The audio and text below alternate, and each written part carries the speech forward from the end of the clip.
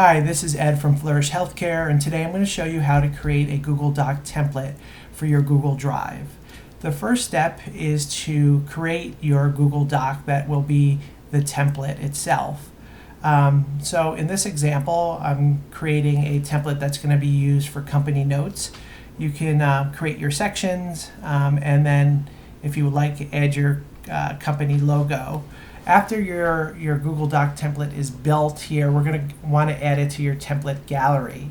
To do this, you're going to want to go to New and then the Google Docs. Instead of selecting Blank Document, you're going to select From a Template, and you will be taken to your template gallery. If your organization already has pre-built files, they will be in here. You can also see in the General section, these are files that have been created by Google that are templates that you can use. So to create a template gallery Google Doc, you're going to want to hit Submit Template. And you're going to have two options.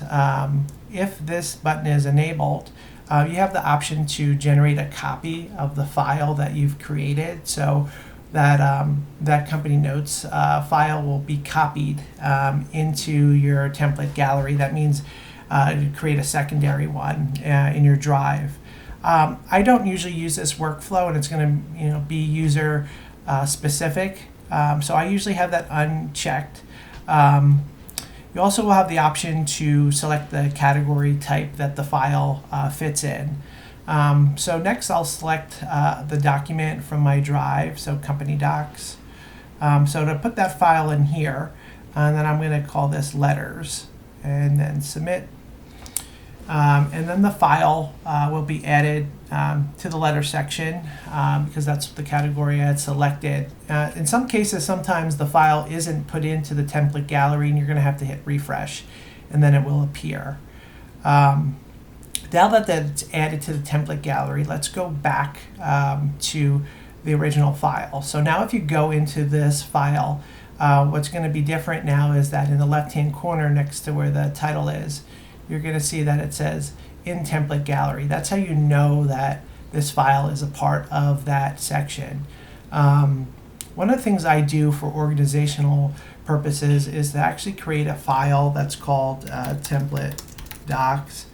And then I usually house all my files that are in the template gallery in that folder. What's nice though is if you ever wanted to make an edit, I'll show you how you can do that. So let's test this new document now. So if you go to From a Template, I'm going to take you back to the gallery, and you're going to select the file that you're going to be using. And now it creates the file for you.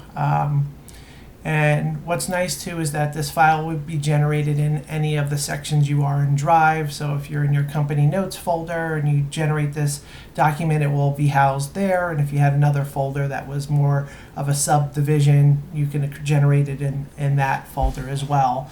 But let's say I forgot a section, or I need to make an edit to this.